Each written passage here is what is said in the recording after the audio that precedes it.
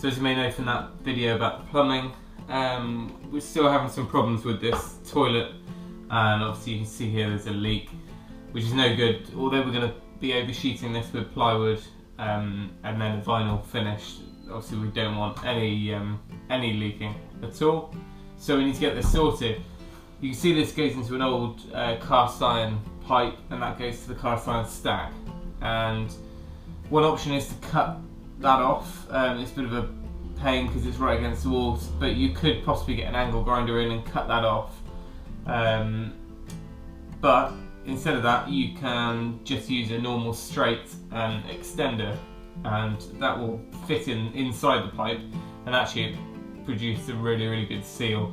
And it took quite a bit of shoving to get it in there anyway. So I'm completely happy with this join to the straight. But then we've got a difference in height between the outlet on the pan and the new plastic pipe that's coming out of the cast, and that's where the problem is.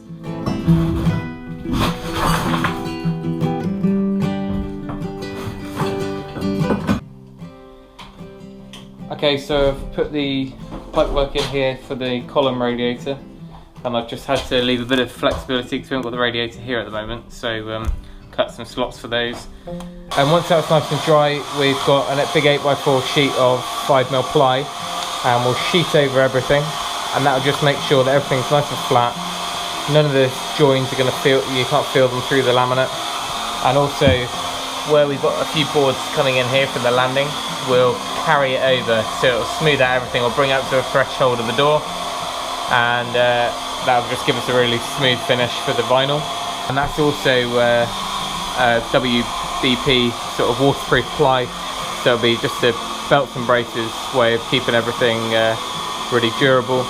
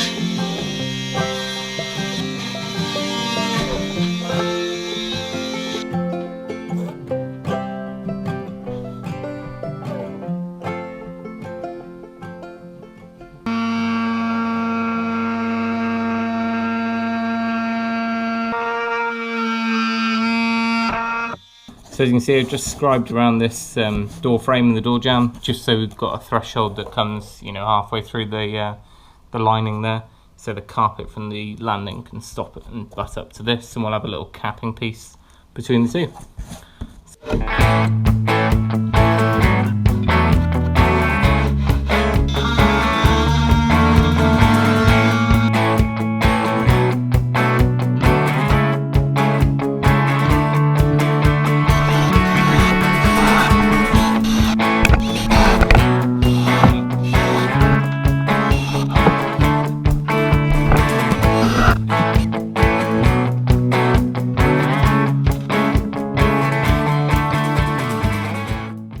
Okay, we've put the new 5mm ply down over everywhere, and the reason we've done that is because having the tongue and groove chipboards makes it a really even, strength overall. Because we won't have to put any noggins on the edge of the boards, and also because we weren't tiling, because we were doing vinyl, this was the slightly cheaper way to do it, but we still ended up with a ply surface, so it's a bit more durable. So put a load of screws through, and also drawn on all of our joist lines, so should we have to chop to the floor in the future to get to anywhere, we can. We're also going to label up where the pipes are, because that's always helpful. And Joe's gone round and taped the board joins as well. We didn't want to feel anything through the vinyl, so that's why we've done that. And last job is just put some double-sided carpet tape around the perimeter, So we've rough cut the piece already in the bedroom, and what we'll do is just work off the 2 square walls that are visible, and then we'll trim it around the bath. We've taken the toilet back out and the sink's going to go in after, so it's much easier to work this way. And we obviously don't need to go all the way under the bath, but we'll go as far as we can. And all of the front edge, the side edge here will be capped underneath the skirting board all the way along, and in the alcove there'll be a trim here as well.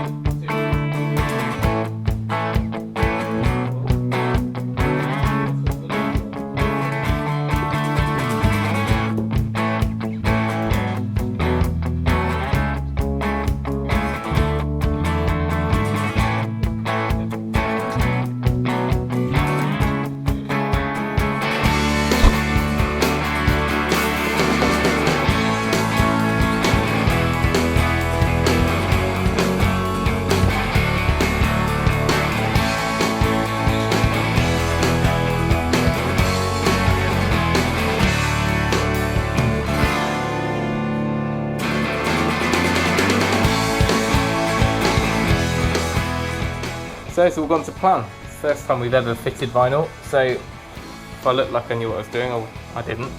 I just simply watched the guy fit the kitchen and copied what we remembered. So trimmed it all around the door frame because we're going to be swinging these doors around to hinge the other way. So we just wanted to make sure that both of those look nice and neat.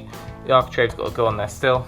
None of this is stuck down yet. We've got this tape all the way around. So what we're going to do is smooth it out with our feet sliding along. Just to make sure there's nothing in the middle, no slack, and then we'll peel off and we'll just stick everything down at the sides.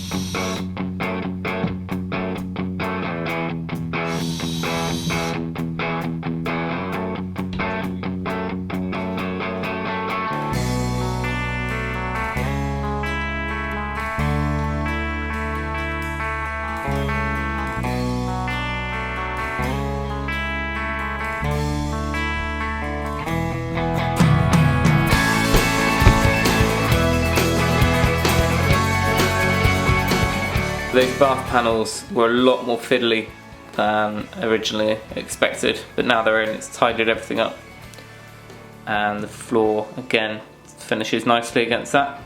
Okay, so the toilet is back in and all working fine. We needed a different offset pan connector, and now that's in, it's all nice and tight and no leaks so far. And the floor, as you can see, worked really nicely. I'm really pleased with the finish. Such a low cost finish, but gives a really nice look to the room.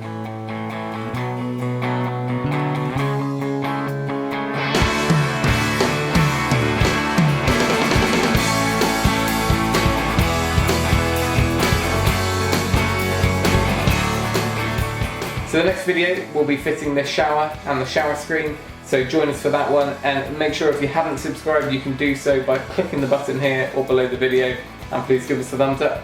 Remember, if you can, do it yourself, and we'll see you next time. Thanks for watching.